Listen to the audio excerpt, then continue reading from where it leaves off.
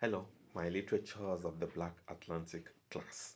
So, uh, when we met in the class earlier on, it was a scanty class, and those present agreed, based on my suggestion, that the class is cut short, and I prepare some materials, post it on Brightspace for you, which replaces what we could have ventilated and stretched out in the class, so that you don't miss out. You are doing something worthy, trying to speak out to the community, to government, to hear your voice. So I am in support of your strike, and because of that, uh, you are not going to lose anything from not being in class today. So, with the agreement of the few who attended class, I have a PowerPoint presentation which I will upload for you on Brightspace. As a matter of fact, I have two PowerPoint presentation. One is from a former student in the same class, Avery Collins. That's her name. She titled her work, PowerPoint A Tempest by Aimee Cesar. Very good presentation. So I requested to use our work for subsequent classes. So I'll be posting that. Then I made a PowerPoint too, which I titled Decolonizing Shakespeare. I will also put that on Brightspace. But a caveat, those two materials do not substitute or act as substitutes for the primary materials that we are supposed to read for this topic. So it means the materials that are assigned for this topic are still must read materials. Please read them. Try to read Shakespeare's primary text, which is The Tempest. Then read Aimee Cesar's counter text, which is A Tempest. Then read the materials that I put up there also in between. So, and then you can use the PowerPoints that I will be uploading in a moment. If you do all those things, honestly, you will understand this particular topic very well. This video is going to be short and is just meant to act as an introduction to those discourse, those things we are supposed to have conversations on in the class. So, what am I here to do? Just to give you a framework of the trajectory that we should be looking at. First of all, we are discussing speaking black to Shakespeare. What does that mean, speaking black to Shakespeare? In other words, what we are doing is a canonical counter discourse. There are some writers that are regarded as canonical writers. Their texts, their productions, the works they have written are regarded as canons. But sometimes people come to say, no, this cannot be. This thing is not right. What this person had written, it cannot be canons. Or even if it's canon, we could always counter this argument. So invariably what we are doing in Shakespeare, speaking black to Shakespeare, is doing what we call canonical counter discourse. Aimee Cesar rendered a counter discourse to William Shakespeare's The Tempest. His counter discourse is A Tempest, and that was what we intend to do in the class that was cut short because of the strike. So this is a complementary materials to that class. So I will want you to start by looking at Shakespeare himself. Who is Shakespeare? Okay, and English writer who flourished during the English Renaissance period. That is the period regarded as the revival of arts, literature, and knowledge in the English environment. You know, that time that is also regarded as the Elizabethan or Jacobean eras in terms of artistic and literary practice. So study Shakespeare himself as a person. Study his trajectory, study his bio, study him as a person. So who is Aimee Cesar? Aimee Cesar, of course, is a French Caribbean, uh, a radical writer, an anti-colonialist theorist. You know, he wrote very flourishing repost against colonial canons, and He's also noted for being the forefront of the negritude movement. The negritude movement is a movement of blacks, Caribbean, American, Africans, writers, theorists, philosophers who came around, and professionals who came around and formed a movement to reject post-colonialism and colonialism in all its intents, you know. And the purpose is to reclaim the black identity, to reclaim the black culture and the black consciousness.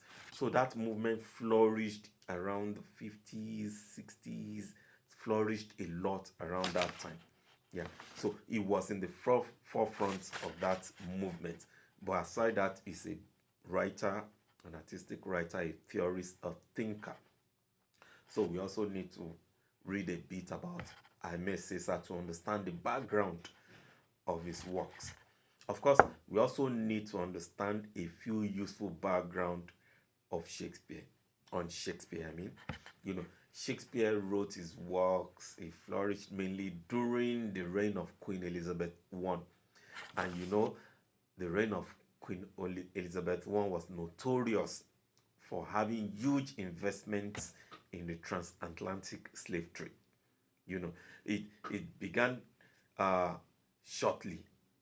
You know, the transatlantic slave trade began shortly before Shakespeare was born, but he grew into it and it flourished during the reign of Queen Elizabeth I, who, whom Shakespeare was very, very close to. There were various accounts that revealed that Shakespeare was very close to Queen Elizabeth I.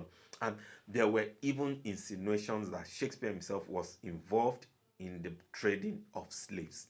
Of course, maybe there are no stipulated evidentiary materials, but there are few accounts that suggested that Shakespeare was involved in slave trade. And because he was very close to Queen Elizabeth, so many people had reasons not to doubt that assumption. Queen Elizabeth was heavily invested in the slave trade. Of course, Shakespeare wrote during her era substantially, and then also during the era of King James, who took over from her when she died. So we need to study those backgrounds, the era Shakespeare wrote, and what gave Shakespeare some of these ideas. The slave trade itself gave Shakespeare some of his ideas. Yeah, trading in slaves, black people arriving to work in the UK and in Britain, I mean, gave Shakespeare some of the ideas the trade in slaves gave him. And some of those ideas were what spilled into his writing the text that we are examining in this class, The Tempest. Of course, we saw some of those ideas also in his account of Othello, the book he wrote on the Black Moon, you know. So we need to look at those backgrounds in studying this text to really see what we are talking about. So uh, let's talk about The Tempest, the story.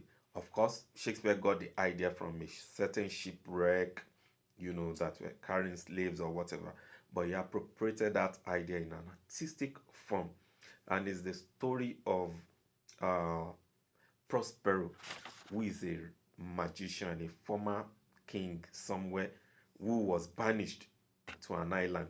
But that island belonged to someone Shakespeare called a witch, Sycorax. Sycorax was long dead before the story began, but his son Caliban was supposed to take charge of that island. But Prospero came and with his magic, he was able to capture Caliban and enslave him. But the story is much more than that. It's actually a kind of love, romantic story involving Ferdinand, Miranda, and all those characters. But the crux is that the location was at an island in which Prospero himself had been banished, and which he usurped from the owner and enslaved those who were there. You know, so the story revolves around those tendencies, and it became something that actually roused the interest of black thinkers, black theorists, black writers, and they felt, okay, this looks like Shakespeare was actually trying to endorse colonialism, was trying to endorse slavery. Like a magician came from somewhere on the sea and then landed in an island and captured it. It looks so succinct when we think about the transatlantic slave trade. The colonialists came from the Mediterranean to uh, Africa and then captured people. It looks so connected. So theories began to come up and all this, and that Shakespeare is racist, and all the, and black writers and black thinkers began to write. You know, so there were so many counter discourses to some of the things he had written, but A Tempest by Amir Sisa is very prominent in responding to The Tempest. There were other accounts. As a matter of fact, there is this brilliant account by a Nigerian writer who is now dead. The title of his own counter discourse to Shakespeare's The Tempest is Sycorax. That's the title. In Shakespeare's story, Sycorax was the original owner and inhabitant of that island. But apart from the fact that she was mentioned, she never appeared in the whole story because she was long dead before the story began. It was Caliban, his son, who manifested as a character in the story in terms of ownership of the land. But this writer actually started his own story by waking up Sycorax, who is the real owner, to respond and face both Shakespeare and Prospero. So those are some of the ways that people respond to texts that are regarded as canon. Ahmed Caesar's response in A Tempest is basically the resistance of Caliban, who is regarded as savage. Shakespeare regards him in dialogue as savage, brutal, rapist, and whatever. But in A Tempest by Ahmed Caesar described and actually assigned the character of uh, a radical to Caliban, someone who protests injustice, someone who is anti-colonialist, someone who fights for freedom. And aside that, he even fights for freedom for Ariel, who is also like a servant, a manipulated servant of Prospero. So Aimee Caesar was responding in that regard that you came to my island, you subjugated me, you enslaved me, yet you are calling me savage, you are calling me brute, you are calling me rapist. Can't you see you are the problem? Can't you see you are the one who should have that name? My name is not even Caliban. This is my name. I wouldn't mention that. Read the text, And then he keeps saying Uhuru, Uhuru. And Uhuru in the African context is that slogan for freedom. So you will see how Aimee Caesar attempts to texture and counter Shakespeare's artistic framework that are inscribed in The Tempest.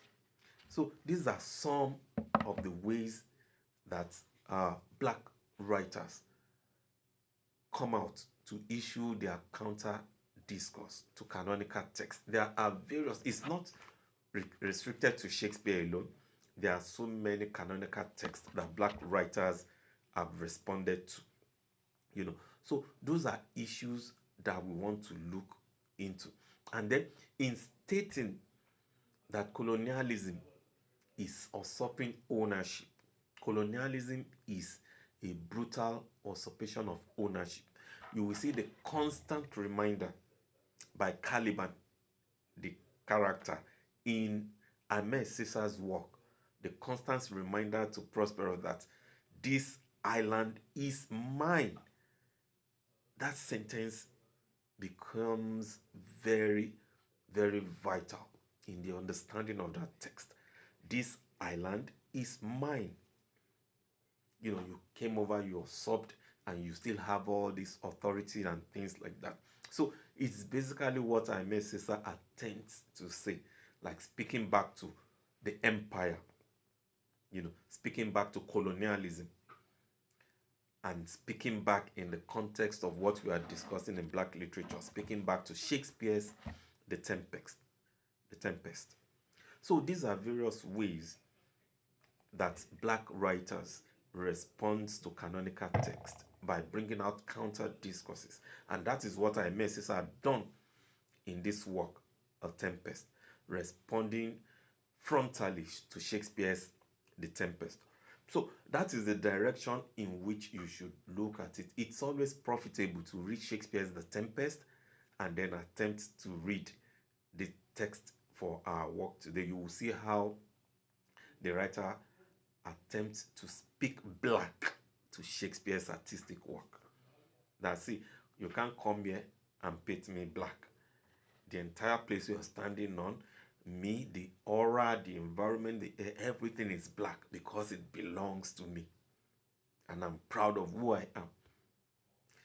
That is basically what Amesisa is trying to proffer in his counter discourse of the canonical text of Shakespeare, A Tempest. So please read those materials.